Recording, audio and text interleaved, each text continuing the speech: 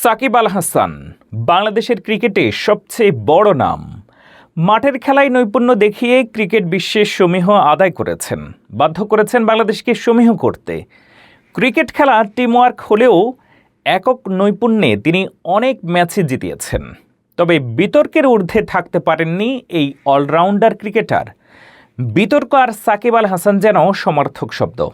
সাকিব নামের অর্থ হচ্ছে ধৈর্য, অথচ সাকিব নামটির সঙ্গে বিতর্ক যেন এক সুতোয় গাঁথা।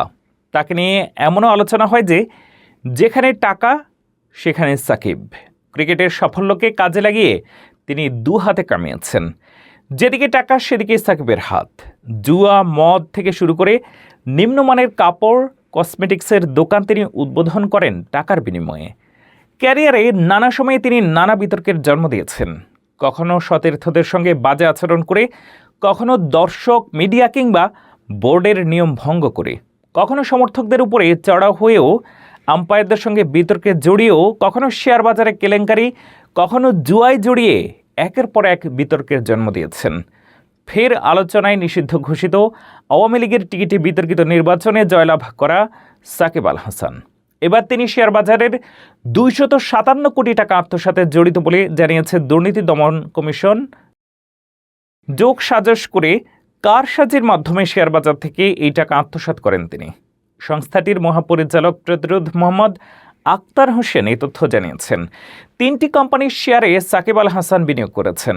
বিনিয়োগের কার্যক্রমে মার্কেট ম্যানিপুলেট করা হয়েছে। মার্কেট ম্যানিপুলেশনের অভিযোগে ইতিমধ্যে সাকিব সহ আরও 14 জনের বিরুদ্ধে মামলা দায়ের হয়েছে। মঙ্গলবার রাজধানীর সেগুনবাগিচার দুদকের প্রধান কার্যালয়ের এক প্রেস ব্রিফিংয়ে আক্তার হোসেন এসব তথ্য জানান।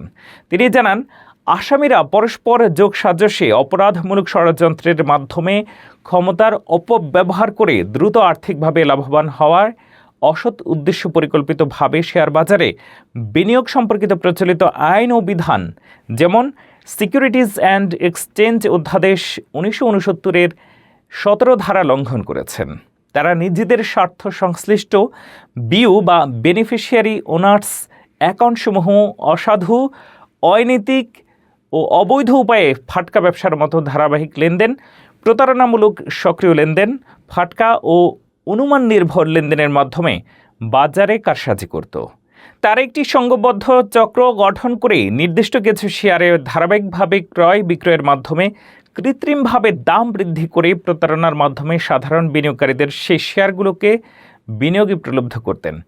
এর ফলে সাধারণ বিনিয়োগকারীরা ব্যাপকভাবে আর্থিক ক্ষতির শিকার হন এবং চক্রটি 256,97,70,304 টাকারও বেশি আত্মসাৎ করে, যা অস্বাভাবিক মূলধন লাভ হিসেবে উপস্থাপন করা হলেও প্রকৃতপক্ষে ছিল অপরাধলব্ধ অর্থ।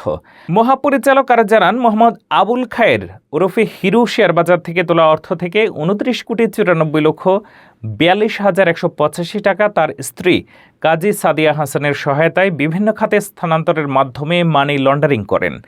হিরুর নামে থাকা 17টি ব্যাংক অ্যাকাউন্টে 542,31,51,982 টাকার অস্বাভাবিক, অযৌক্তিক এবং সন্দেহজনক লেনদেন হয়েছে। হিরুর কারসাজি করা Paramount insurance limited, crystal insurance limited এবং সোনালী পেপারস লিমিটেডের শেয়ারে সাকিব আল হাসান বিনিয়োগ করেন। তিনি আরও জানান, এতে তিনি মার্কেট ম্যানিপুলেশন সক্রিয়ভাবে যোগ দেন এবং সাধারণ বিনিয়োগকারীদের ওই কারসাজিকৃত শেয়ারে বিনিয়োগের প্রতারণার মাধ্যমে প্রলুব্ধ করে তাদের 2,95,02,915 টাকা রিয়েলাইজড ক্যাপিটাল গেইনের নামে অপরাধলব্ধ আয় হিসেবে শেয়ার বাজার হতে উত্তোলনপূর্বক আত্মসাৎ করেন। এই প্যারামাউন্ট ইন্স্যুরেন্সের শেয়ার দরে কারসাজির অভিযোগেই গত সেপ্টেম্বরে সাকিবকে 50 লক্ষ টাকা জরিমানা করেছিল পুঁজিবাজার নিয়ন্ত্রক সংস্থা Bangladesh securities and exchange commission BSEC। সে সময় আবুল খায়ের ওরফে হিরুকে 25 লক্ষ টাকা, ঈশান কমিউনিকেশন লিমিটেডকে 75 লক্ষ টাকা, মোনার্ক মার্ক লিমিটেডকে 1 লক্ষ টাকা, আবুল কালাম মাতবরকে 10 লক্ষ টাকা, লাভা ইলেকট্রোড ইন্ডাস্ট্রিকে 1 লাখ টাকা এবং জাহেদ কামালকে 1 লাখ টাকা জরিমানা করেছিল BSEC।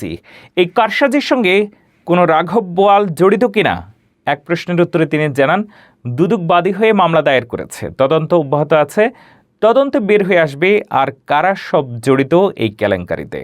দুদক জানায় আরও 14 জন আসামিরা হলেন সমবায় অধিদপ্তরের উপনিবন্ধক মোহাম্মদ আবুল খায়ের ওরফে হিরু, কাজী সাদিয়া হাসান, আবুল কালাম মাতবর, কণিকা আফরোজ, মোহাম্মদ বাশার, সাজেদ মাতবর, আলেয়া বেগম, কাজী ফুয়াদ হাসান, কাজী ফরিদ হাসান, শিরিন আক্তার, জাভেদ এ মতিম, মোহাম্মদ জাহেদ কামাল, মোহাম্মদ হুমায়ুন কবির ও তানভীর নিজাম।